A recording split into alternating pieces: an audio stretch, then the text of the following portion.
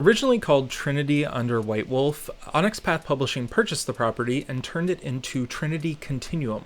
Players take on the role of action hero-like people known as talents. The setting is in modern day, which is one of my favorite settings to play in, and it uses a D10 system that is called Storypath, which is a sort of spiritual successor to Storytelling and Storyteller. So if you played World of Darkness, Vampire the Masquerade, or any of the Chronicles of Darkness games, you know what the dice system is going to be like. Originally it had 3 settings, now it has 8, which includes the core rules that I'm going to go over today. Typical disclaimer, I'm only covering 2nd edition, which is known as Trinity Continuum.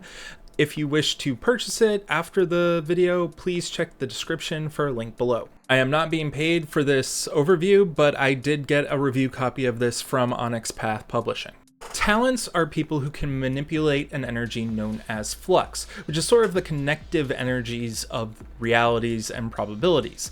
Not all talents know that they are superhuman. The word talent isn't even used really outside of a few select groups. Flux energy allows these talents to take in aspects of another reality into our own. For instance, if they want to lockpick a door, they might cause the door to change to a door from another reality that is already open so they don't have to lockpick it. That is the type of power we're dealing with. Talents are like everyday normal people, except they have some bit of luck or some exceptional skill that is apparent through their gifts. So for instance, if you're John McClane and you're going through Die Hard style through a building and you're getting beat to hell, that's being a talent, because a normal person would probably be paralyzed after the first stunt. Character creation is very similar to Vampire the Masquerade, Chronicles of Darkness, or Exalted. You start with your concept first, you come up with your aspirations, which are your personal goals, then you select your paths, which are your origin, your role, and your society.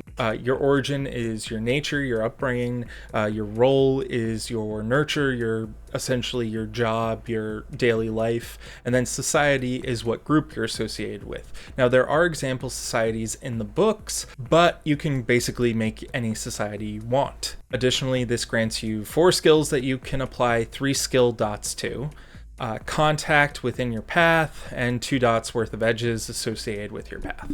Now, you also get 6 skill dots that you can place anywhere outside of the ones that are granted to you by your paths. And then every skill above 3 gets a skill trick, which is sort of like a neat little extra thing on top.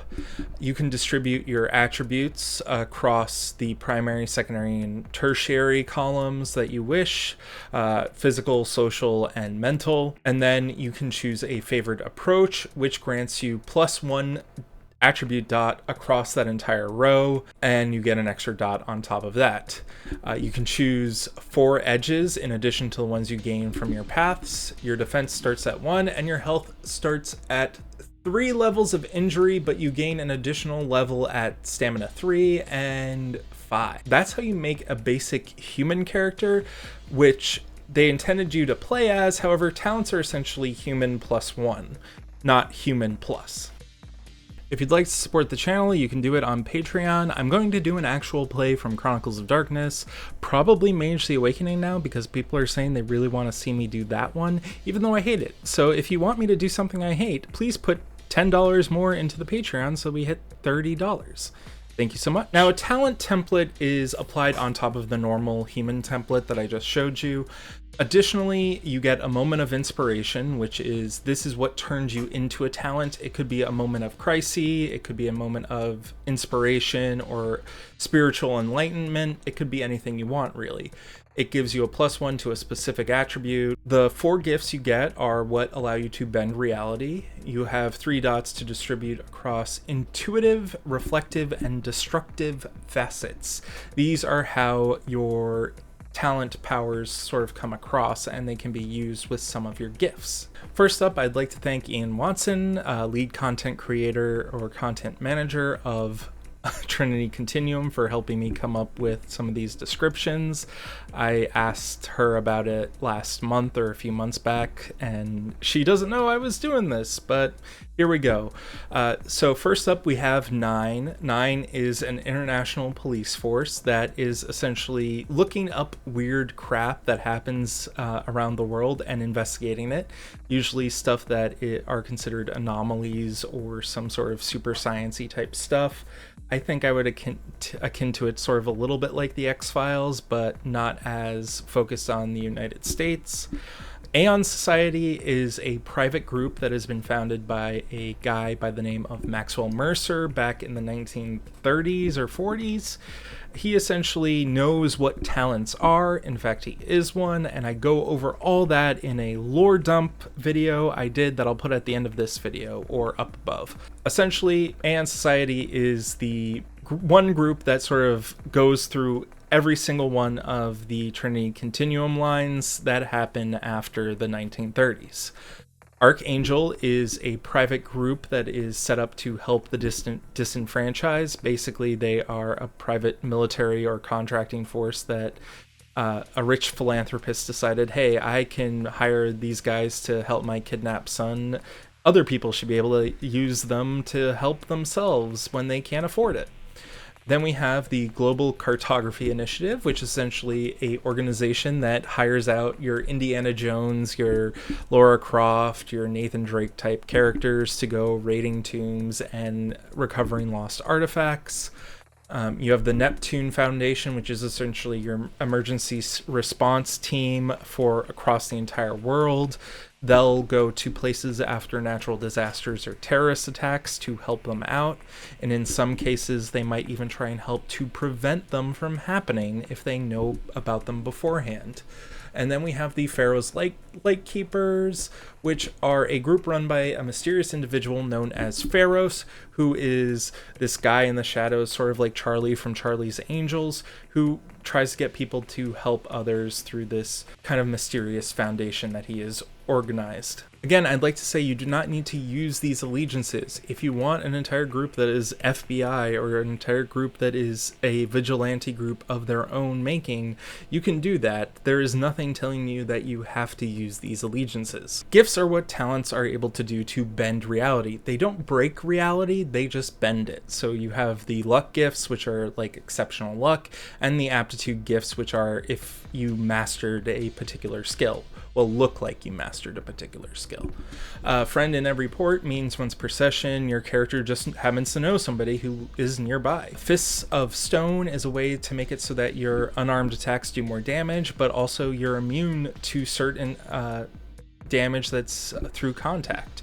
Lastly, we have Murderous Totality, which basically means that your gun or your weapon that you have in your hand gets extra weapon tags and becomes more deadly in your hand. You can even use it on improvised weapons, such as like a broken table leg to make it armor piercing if you wanted. But then that quality doesn't then transfer to someone else who uses it. Some tips for running Trinity Continuum. The dice pools that your players are going to roll are going to be very small compared to Chronicles of Darkness or Vampire the Masquerade. They cap out at about 11, I believe, and anything that's an enhancement only gives extra successes to a roll. I have an entire video on how the dice rolling work for Trinity Continuum. You can just watch that. But the difficulty values I like to set go from 1 to 5, 5 being very hard to hit with that amount of dice. Complications, in addition, are something that you need to buy off after successfully hitting the roll with your number of successes that you've generated. And if you can't, that means you have a success with a complication. Essentially, that means that you pass the roll, but something bad happens to you, such as you're trying to lock pick a door, but you break your lock picks. An enhancement gives you a specific number of successes so long as you roll 1 success on a die. It does not give you more dice for your dice pool. Now, I would ask that if you are running this game, pick an action movie that inspired you maybe to start off. Don't feel like you need to be tied down to the setting. Aeon Society and all that stuff is for a lot of the other game lines, and if you really want to focus on on it, you can, but it's not required. Also, the game has a lot of simple rules for creating enemies. So they basically break down to minor and major threats, and that can be very helpful for someone who's a GM who's not going to want to make every character sheet for every NPC that people meet.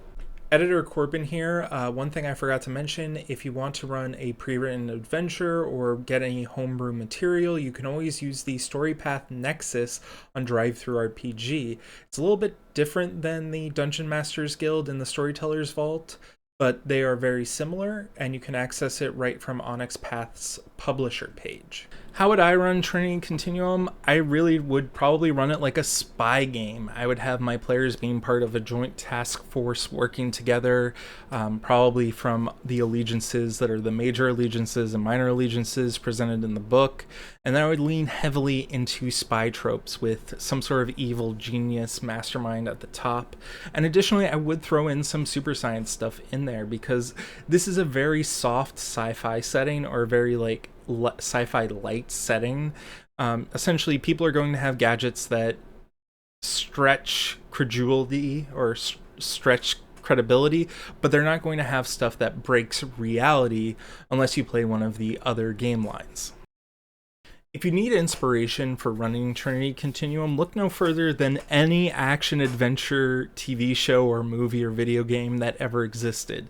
Literally, any one of them could be a talent or someone who's a talent trying to take on some sort of threat. And it doesn't have to be this overarching narrative that is in Trinity Continuum Core. It can be something as simple as a hostage situation or something like Leverage, where you're helping people get out of a tough bind. Additionally, if you want to look at how Flux works, look no further than Everything, Everywhere, All at Once. That movie is one of my favorites, where you can basically just jump through realities or even take abilities from other versions of yourself into this reality. I didn't put it on here, but the one with Jet Li is also a good example. If you're looking for actual play recommendations, Onyx Path has a boatload of them. In addition, I did do a beginner's guide episode where I went page by page or chapter by chapter in detail about Trinity Continuum. So if there's any questions that haven't been answered in this video, you can check that out on Onyx Path's page. Shout out to our patrons for supporting the channel.